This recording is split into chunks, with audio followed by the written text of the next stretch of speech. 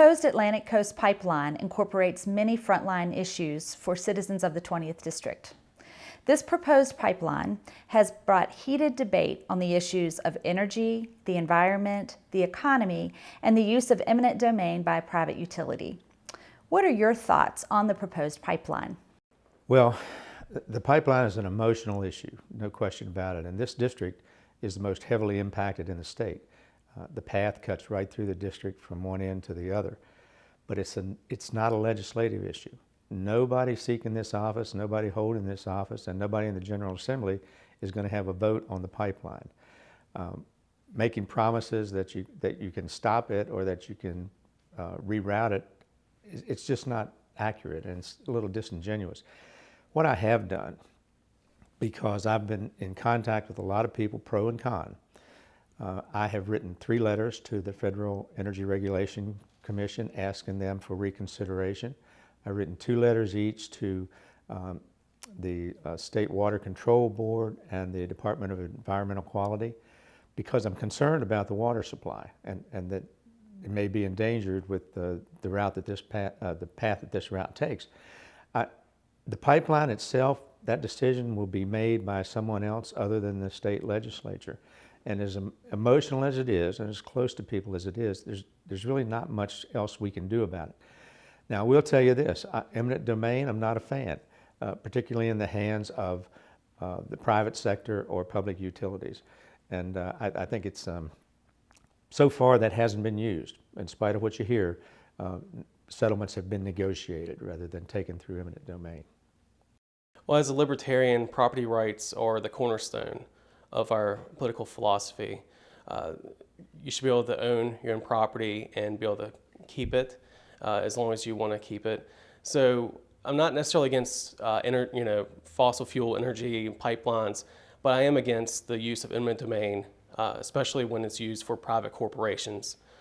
So I've been against that back in 2014 when I ran as well. I was against that. So there's many ways that they can go around. They don't have to have another right-of-way, and they don't have to do all the surveys on people's property.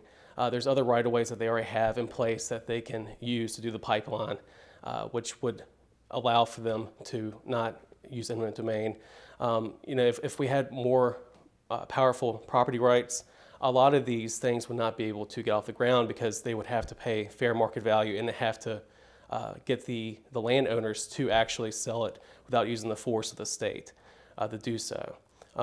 In terms of energy, I believe that if we had more of a free market, we would see more green technologies already being used. I think that the various regulations and of course the special interests within the energy companies such as Dominion and other various companies has kept us behind.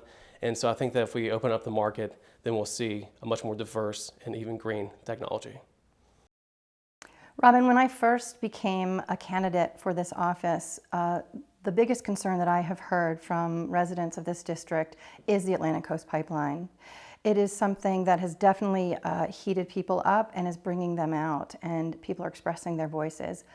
As somebody who wants to represent the needs and concerns of the 20th District, I have come out strongly against the Atlantic Coast Pipeline. I find it troubling that a for-profit corporation has the same power as the federal government and the state government of eminent domain, because generally this is used for public use, not for profit. And so I find that troubling, particularly since the corporation in question is one that donates tens of thousands of dollars to politicians of both parties in the House of Delegates and Senate. And this concerns me, the big money in politics. I believe that this is not something that's helpful to our district. I don't believe that this is going to increase our consumption at all. It's going to increase the cost to access natural gas in our area. It's a transmission pipeline. We certainly will not have access to it. It will be used for coastal Virginia, North Carolina, and eventually overseas. Now, we will not even be able to have permanent jobs. It'll be all temporary jobs that will be mostly from skilled journeymen from outside our district and from around the state. So while we are not going to be benefiting economically, that we will be the ones left footing the bill.